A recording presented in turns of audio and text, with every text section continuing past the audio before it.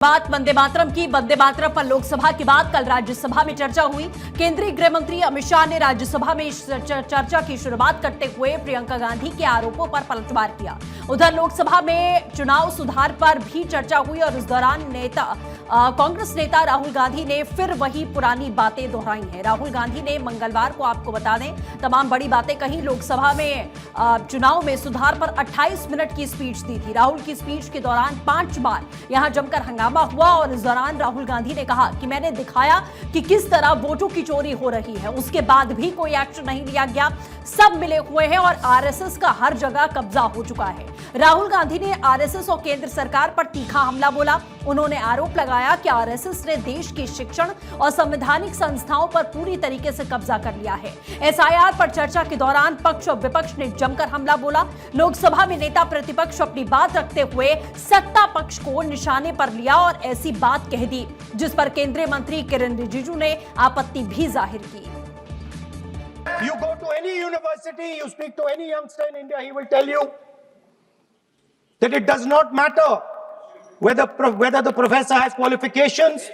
It does not matter whether the professor has a scientific temperament. The only thing that matters is the professor belongs. माननीय सदस्य, sir, हम सुनने के लिए बैठे हैं। अरे हम सुनने के लिए बैठे हैं। नेता प्रतिपक्ष चुनाव सुधार के लिए जो सुझाव देंगे, सुनने के लिए तो हम बैठे हैं। लेकिन चुनाव सुधार को नहीं बोलते हुए कहा जो इस सदन से कोई वास्ता नहीं, जो संगठन, उसका कहानी किसी और का बोलना ये कोई उचित नहीं है। समय बहुमूल्य है, समय का मर्यादा भी है। सबका सब यहाँ सुनने के लिए बैठे हैं और ये समय बहुत कीमती है। लोकसभा में एसआईआर पर हुई लंबी बहस का सार यही रहा कि मुद्दा सिर्फ मतदाता सूची के तकनीकी सुधारों का नहीं बल्कि लोकतांत्रिक भरोसे की बुनियाद का है, जिस पर आज शीतकालीन सत्र के 8वें दिन चुनाव सुधारों पर कानून मंत्री अर्जुन राम मेघवाल जवाब देंगे और केंद्र सरकार का पक्ष रखेंगे। विपक्ष की ओर से लगाए गए वोट चोरी और एसआईआर के गैर कानूनी होने के आरोप पर भी वो बोल सकते हैं। तो वहीं लोकसभा की कार्रवाई आज सुबह के लिए स्थगित कर दी गई। संसद में मंगलवार को चुनाव सुधारों पर लंबी चर्चा हुई है। हम कल की लगातार बात करें, इसमें विपक्ष के तमाम नेताओं ने हिस्सा लिया और कांग्रेस की ओर से राहुल गांधी बोले तो सरकार की ओर से निशिकांत दुबे ने उनका जवाब दिया। चुनाव सुधार मुद्दे पर लोकसभा में चर्चा लगातार जारी और इस कड़ी में गृहमंत्री अमित शाह संसद में अपना वक्तव्य अब देने वाले हैं। चुनाव सुधार पर गृहमंत्री का ये वक्तव्य बेहद अहम माना जा रहा है क्योंकि इसमें एसआईआर को भी मुद्दे का जो एसआईआर मुद्दा है उसका जिक्र भी हो सकता है। चुनाव सुधार बेहतर बनाने के लिए क्या कदम उठाए हैं, इसकी जानकारी भी गृहमंत्री की ओर से दी जा सकती है। इसके अलावा भारतीय नागरिकों से संबंधित अवैध घुसपैठियों की पहचान कैसे की जा रही है, गृहमंत्री इस बात का भी जिक्र कर सकते हैं। कुल मिलाकर आज भी हंगामा जोरदार रहने की संभावना। कल का दिन विपक्ष का सरकार को घेरने का था, तो आज सरकार की तरफ से विपक्ष को ठोस जवाब देने की कोशिश होगी सदन में। और क्या क्या हो सकता है, इसके लिए चलते हमारे संवाददाता के पास में। हमारे साथ में जुड़ गए हैं अदिति, जुड़ गई हैं पहले हमारे साथ में, हमारी पॉलिटिकल एडिटर अदिति। आज भी दिन हंगामेदार रह सकता है। कल विपक्ष ने अपनी बात रखी और आज जवाब सत्ता पक्ष का होगा और इसीलिए जो तमाम दलीलें कल विपक्ष ने रखी थी उसको जवाब के रूप में, उसके खंडन के रूप में आज जो केंद्रीय मंत्री हैं, कानून मंत्री, वो जवाब देंगे। देखिए, संसद के शीतकालीन सत्र का आज 8वां दिन है। चुनाव सुधारों पर कानून मंत्री आज जवाब देंगे और इसके अलावा देखिए कि जब चुनाव सुधार पर कल जबरदस्त हंगामा हुआ तो उसके बाद तमाम तरीके के आरोप सत्ता पक्ष पर लगाए गए, तो आज उन सबका एक एक करके जवाब देके कानून मंत्री अर्जुन राम मेघवाल देने वाले हैं और सरकार का पक्ष रखेंगे, विपक्ष के सवालों का जवाब देंगे और साथ ही कानून मंत्री जो है एसआईआर पर बोलेंगे।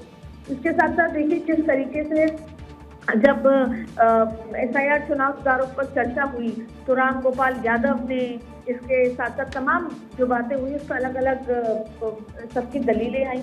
राहुल गांधी ने आरएसएस तक पर वार किया और जिसको लेकर हंगामा भी हुआ और अलग अलग लोगों के जवाब दी आई। चुनाव सुधारों के लिए क्या क्या जरूरी है, चुनाव आयोग की नियुक्ति, न्यायपालिका की स्वतंत्रता, अगर गड़बड़ी हो रही है तो सुप्रीम कोर्ट चुनाव आयोग से क्या कह सकता है, काम में हस्तक्षेप करेगा या नहीं करेगा, ये तमाम तरीके की बातें और सुझाव आए।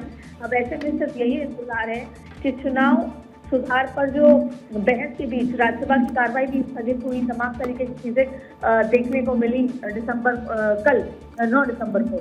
लेकिन अब ये देखना होगा, और यहाँ तक कि ईवीएम को पूर्व पीएम राजीव गांधी ने शुरू किया था, इसको लेकर निशिकांत दुबे ने तमाम जवाब दिए, जिसका आप जिक्र भी कर रही थी। लोकसभा में विपक्ष के नेता राहुल गांधी पर ईवीएम पर उसके हमले को लेकर निशाना साधा, कहा कि वोटिंग मशीन देश में उसके पिता ने शुरू की थी, और ये तमाम बातें भी आई। इसके साथ साथ देखिए, संबित पात्रा ने राहुल गांधी के दावों को झूठा बताया, ईडी को धमकी दी बताया।